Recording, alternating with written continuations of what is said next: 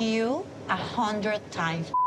You always get upset and then that's it. That's your position? My position is I'm just taking it out and we are not longer engaged. Oh no, what's Gino done now? I mean, we all know that Jasmine's always been borderline hysterical, but even by her standards, this seems intense. If there is a prenup, I'm not gonna marry you. Period. Ah yes, the prenup.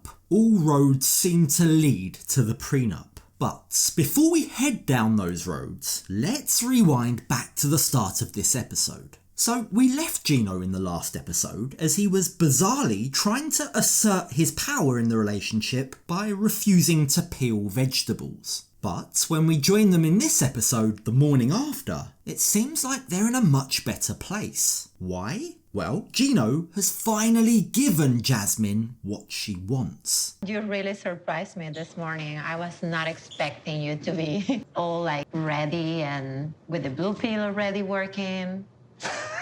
Nothing like popping one of those blue pills in the morning to wake you up, hey Gino? So it seems like Gino is willing to place the blame for their fight on him being tired last night. But apparently, after a good night's sleep and one of those magic blue pills, he's now ready to show Jasmine the love that she was expecting last night. And while she's clearly satisfied for now, Jasmine reveals that this is by no means the fix to all of their intimacy issues. Because he gets tired, he's out of breath. This is the 7th time in 2 years, 5 months dating that we had sex. 7 times in 2 years, 5 months, 4 days and 16 hours. But who's counting? Look, I know we have to take into account the fact that these two don't live in the same country, but 7 times is low, very low, especially given how important sex is for Jasmine. The truth is, this doesn't seem to be a fitness issue.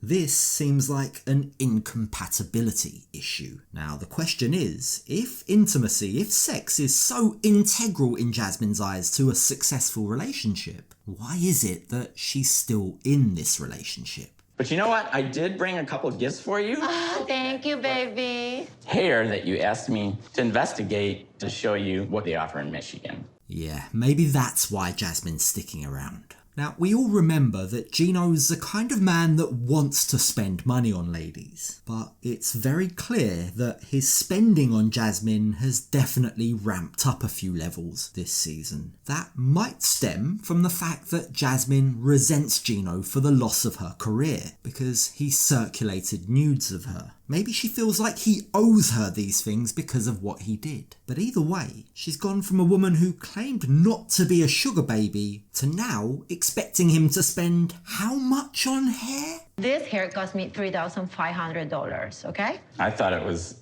like half of that cost. But it's good that we're having this conversation right now so you can have an idea. Now, the real question in my mind is Gino currently funding Jasmine's entire lifestyle? Or is she paying for some of these expenses herself through her OnlyFans account that we know she set up? According to interviews, Gino knows about her side hustle. He's okay with it, but they do have rules for what she can post. But whether or not she's paid for this hair herself, it's clear that once she's in Michigan, she expects Gino to give her a certain level of luxury, a life that she's now become accustomed to. I'm giving up everything here in Panama. So the one thing I'm not willing to sacrifice is my quality of life once I move to the United States. No one's doubting that you're giving up your friends and family, Jasmine. But let's be real here. Your quality of life is only at the level it is because you're sucking Gino dry. This luxury apartment, the apartment that was only meant to be a short-term solution, is now the baseline level that she expects. The problem is, Gino doesn't seem to be able to stand up to her. He's a soft touch, and she knows it. Well, we're certainly, one way or the other, will work it out, so don't worry. Okay, let's go to breakfast. Okay.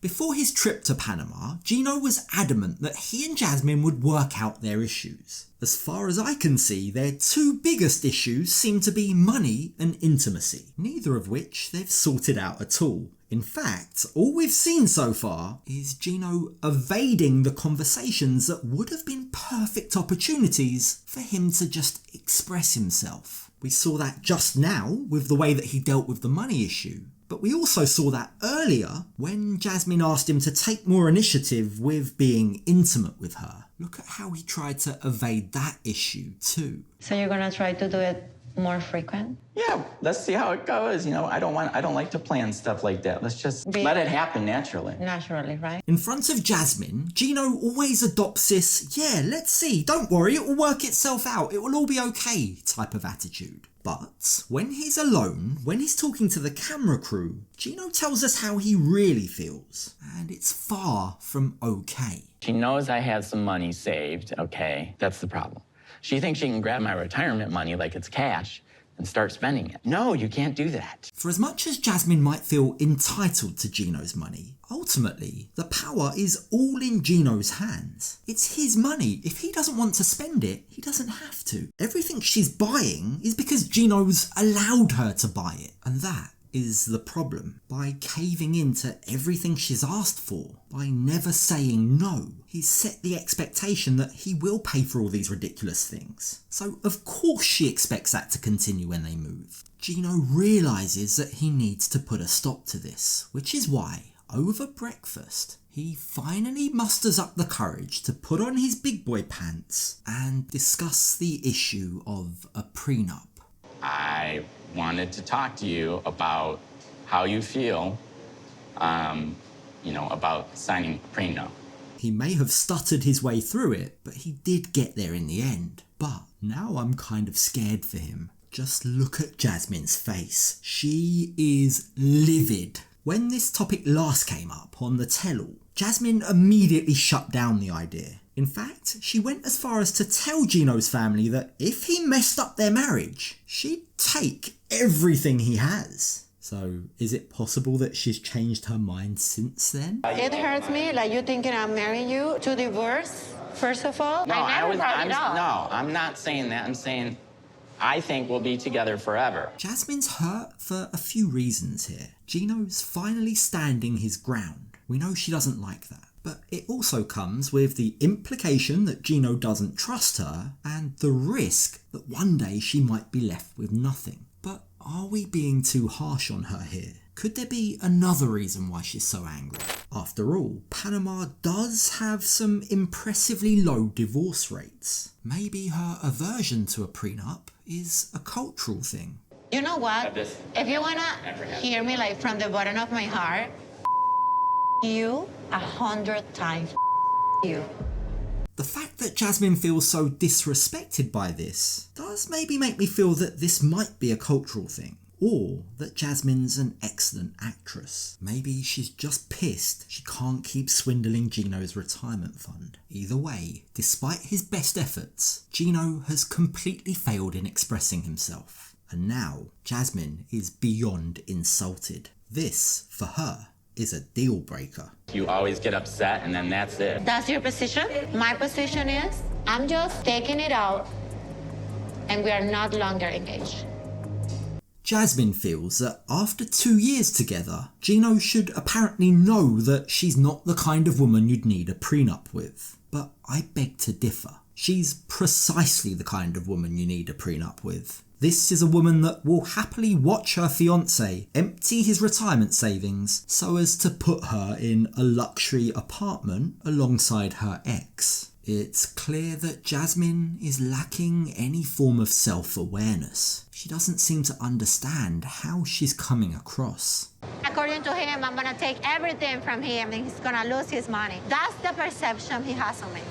Jasmine, it's not a perception when that's literally what you said to his face. If I'm in the United States and we get married and he screwed it up, I'm gonna kick him out of the house and I'm gonna stay with everything. No. I'm gonna kick him out of the house and I'm gonna stay with everything were your words, not his. This, in addition to her mindless extravagant spending, means it's entirely Jasmine's fault. Both Gino and his family have that impression of her. It's ridiculous that she's acting so surprised and hurt by this. It's just emotional manipulation. So for her to come out suddenly and say, oh no, forget all of that, what we talked about, by the way, we're gonna break up today because you're saying that you wanna protect your assets. It makes me wonder, you know, what she's in this for. Exactly. What is Jasmine in this for? She constantly fights with Gino. She doesn't like his family and they don't like her. Her mum barely approves of him. And while it's true that she's getting gifts now, she knows,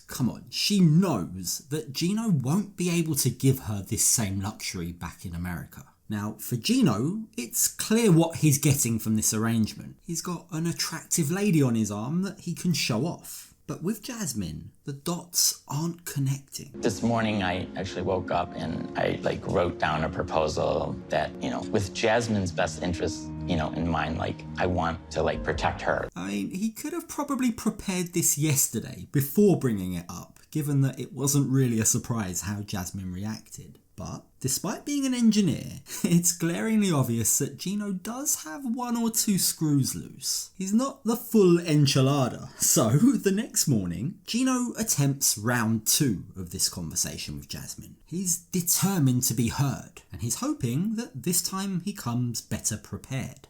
We've been engaged for more than a year, and now you're showing me like you don't trust in me, that you need conditions. The fact is that neither of these two trust each other. I'm beginning to doubt how much they even like each other. The fact that they're even discussing marriage is ridiculous, but here we are. Gino broke Jasmine's trust in a disgusting way by sharing her nudes. And Jasmine hasn't earned Gino's trust because she frivolously spends his money. Plus, we know she's gone behind his back and in secret kept in touch with her ex. Can you imagine if Gino had done that? She'd have lost the plot. You were still talking to that and depressed. Hey. How you dare I trusted on you? So her talking about trust is very hypocritical. Gino talking about a prenup is like the same nightmare I went through with my divorce. My ex-husband hid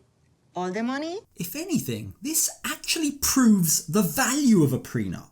If she had a prenup back then, she'd probably have had better chances of keeping some money. She's saying her ex-husband sneakily hid their money, yet here's Gino being open about exactly what she stands to get. Her last husband left her with nothing. Gino's proposing a solution that would protect her. So her inability to see this is either her being purposefully obtuse or her being immature. If there is a prenup, I'm not gonna marry you. Period.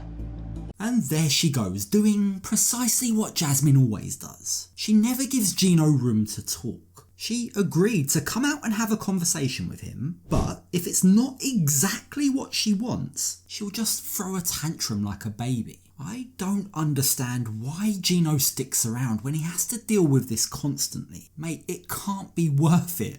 Okay, well then that shows me that you don't love me, you don't give it. Okay, so all of it. Forget it.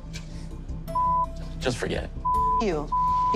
Forget the potato peeler. That, Gino, is how you stand up for yourself. Well done. It's good to see Gino push back against Jasmine's emotional manipulation. He's actually taking a leaf out of her book by walking away, leaving her with her ridiculous emotions. I mean, this is exactly why I proposed a prenup.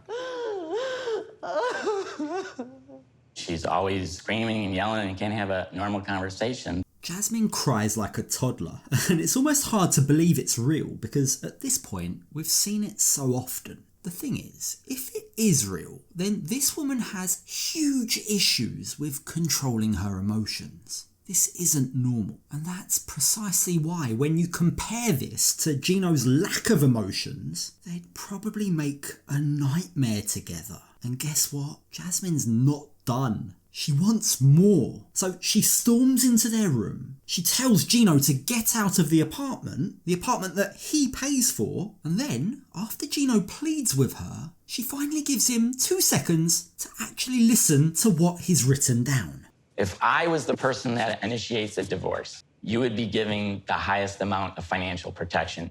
Now, this is all very hazy and clearly not a good contract. Saying someone will get the highest amount of protection doesn't exactly clarify what that means. And Jasmine also immediately notices that this only applies if Gino initiates a divorce. What happens if she wants a divorce? This means that if I initiate divorce, I'm gonna get the very small amount. That means that I'm stuck with you. If you cheat on me, I have to accept it. I cannot get divorced. No. Now, keep in mind that Jasmine clearly has a lot of trauma from being cheated on in past relationships. Quite rightly, she wants to protect herself in case that happens again. And Gino clarifies that if he were to cheat, she would be properly protected. Now, granted, this is all high-level stuff. They haven't gone into specific numbers. But on a surface level, especially if they were to seek real legal advice, this sounds like the basis, the starting point for a prenup in which Jasmine will financially be protected. But Jasmine is done with this conversation.